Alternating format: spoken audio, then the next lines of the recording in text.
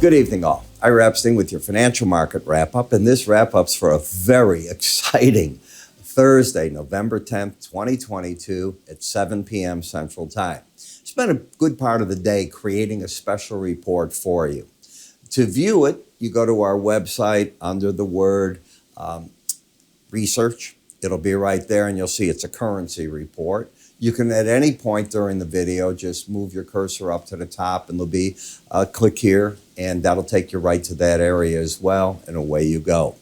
And we'll get back to this in a minute, but I think the dollar report, and that's what I wrote it on, the dollar index, has a lot to do with what is going on in the market. So let's go back, look at the charts, and let me explain what happened. In a nutshell, the CPI numbers came out. You know my attitude. I tell my clients, hey, you don't go through big reports. It's that simple. You might win, you might lose, but you can't get out of the way of the report is what happens. And that's exactly what happened. When the report came out, the algorithms were all over it. We saw the headline CPI fall to 7.9%. The market had been looking for over 8, an 8.2, 8.3 number. We saw the headline core CPI, not the headline, but the core CPI, fall to 6.3%. The market had been hoping for 6.5. The extrapolation immediately happened. Immediately. That's it. We have peaked in inflation. The Fed doesn't have to keep going, and the markets exploded. One of the biggest days in years that was seen in the marketplace, and it fed on itself all day.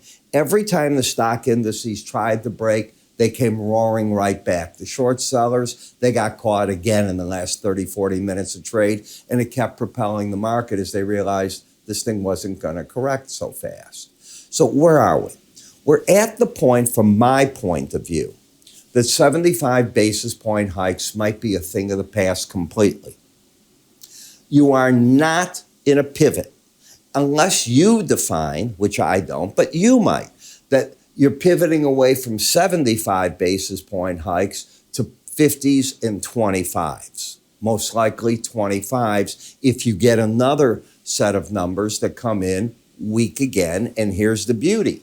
You get a full jobs report and a CPI report before the next FOMC meeting. And at the next FOMC meeting, we get the dot plot. So there's a lot riding on this. The great news, and I use the word great news, is it does have all the markings around it that a peak in the United States inflation has occurred.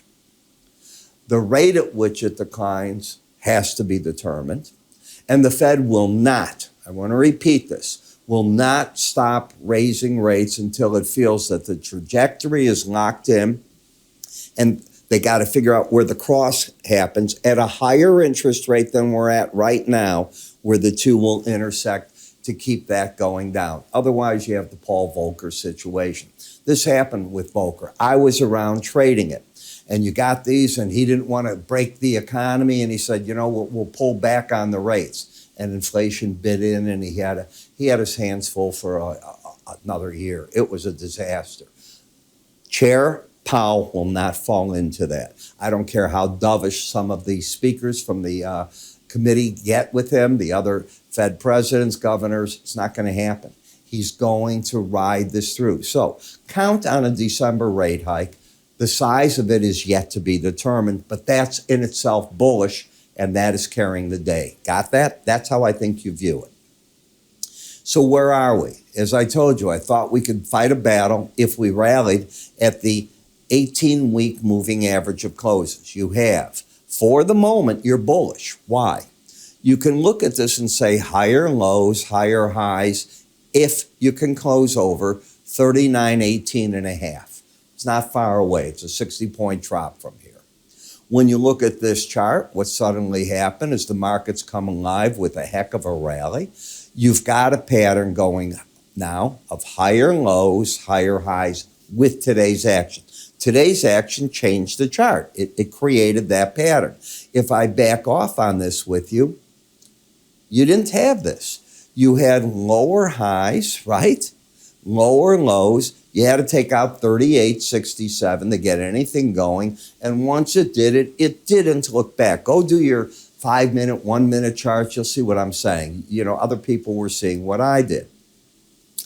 Then what did the market do? Well, it has been, even with today, holding and fighting at the 18-day average of closes. A big battle.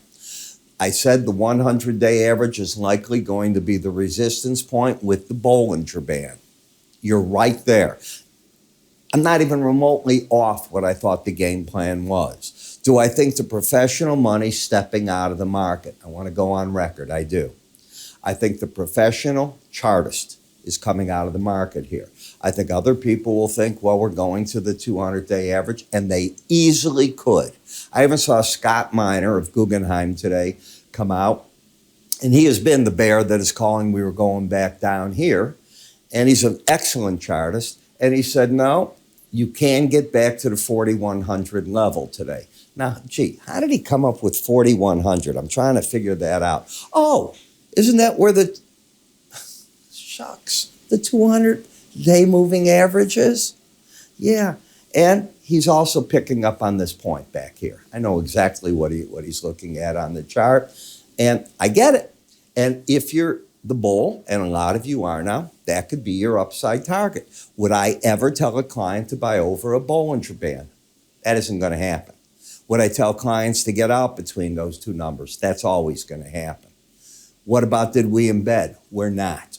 So you're not embedded, you're up here. The way I teach charting, this is where the professional money comes out.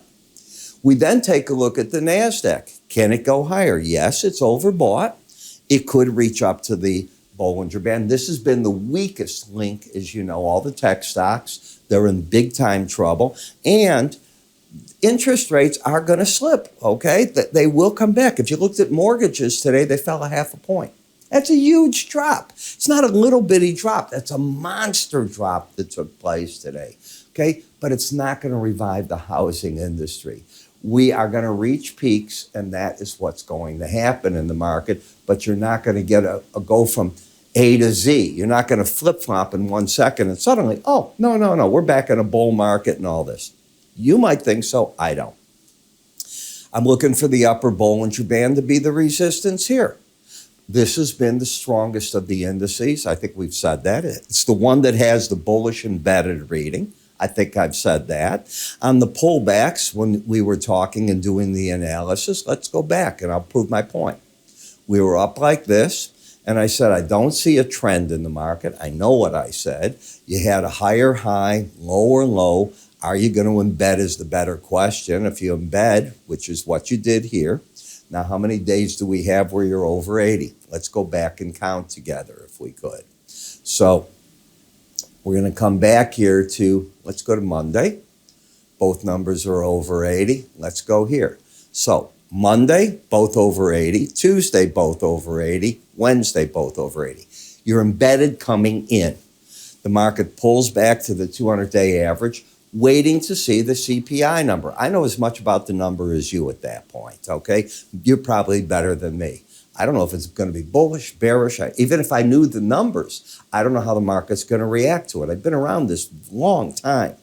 And what the market did is it took off. So I can see the resistance right there at the upper Bollinger Band. Now that you're embedded, the pros will not, I want to repeat that, take all the money off the table. They'll take some, but I think they'll turn buyer on breaks under the Bollinger Band and on a break. The Russell right up to where it should stop. It's number one, not embedded. It should stop right here.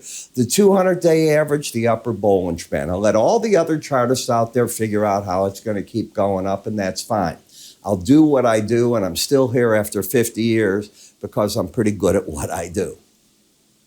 In the VIX, where did you go? Well, now you're back down.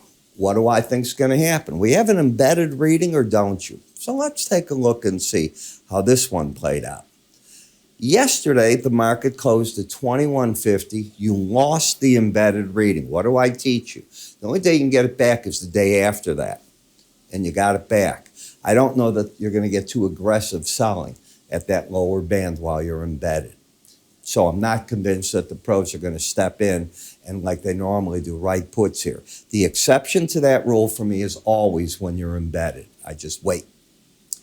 In the 30-year bond, Well, this is why mortgage rates went bananas. This in the 10 years. You're up to the upper band. I don't think you have to go a lot higher.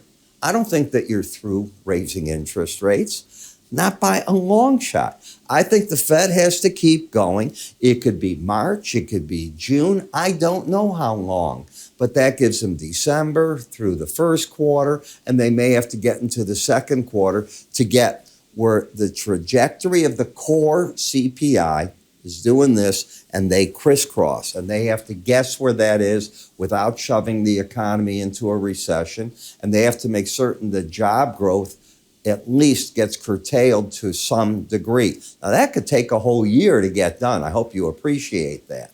You know, you hear all these tech companies losing, but there's all the retail companies hiring for the Christmas sales and so on. And if the stock market's up, and if people feel the way they did today, you just changed the shopping season. I know you'll tell me you're crazy. No, I'm not. Psychology is how you spend for the holiday season.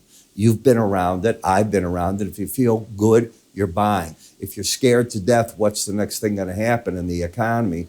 You're not buying. Today was a great day for that change. Then I look at the 10-year note. This is why you'd slip back in the mortgages. They really gear in on this. It makes sense. Are you out of your bear trend? Oh, you are. You absolutely are on the daily charts. The 30-year, the 5, the 10, they're all out of their bear trends, all right? Keep that in the back of your mind. Will they see buying on breaks? As sure as I'm talking to you, they are going to see buying on breaks. That's how the game's going to play. The market has shifted temporarily. Now the dollar index. So I look at the dollar index and I say to myself, okay, you're down to the 100-day average and the Bollinger Band. What do I think? You have to look at my metal report, my currency report to find out. So I'm skipping it. Euro, I'm not going to go into that either. Take a look at the report I just put out. British pound's different. This market's in a key resistance area, up to the 100-day average, the upper band. As a market technician, this is where you come out, overbought condition. You don't have to agree with me, of course. It's my way of looking at a chart. Why? Well, you still have to get through November 17th. When they release whatever they're going to do, tax increases, I'm assuming they're going to be, tax spending cuts, I assume there's going to be, they got to find $60 billion. The market seems to think, by the rally, that they're going to succeed in doing it. I pray that they do. That's what we want to see. Then we get to the Bitcoin fiasco that's going on, and with FTX and all. As I said, this is the other leg, the big drop in the market. Nobody knows where this thing will end.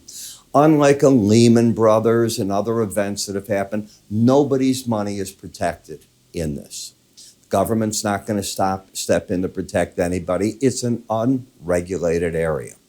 And what it's done is it's a guarantee, as sure as I'm here, it's a guarantee the regulators are circling this whole crypto industry and they're going to put the regulations on it.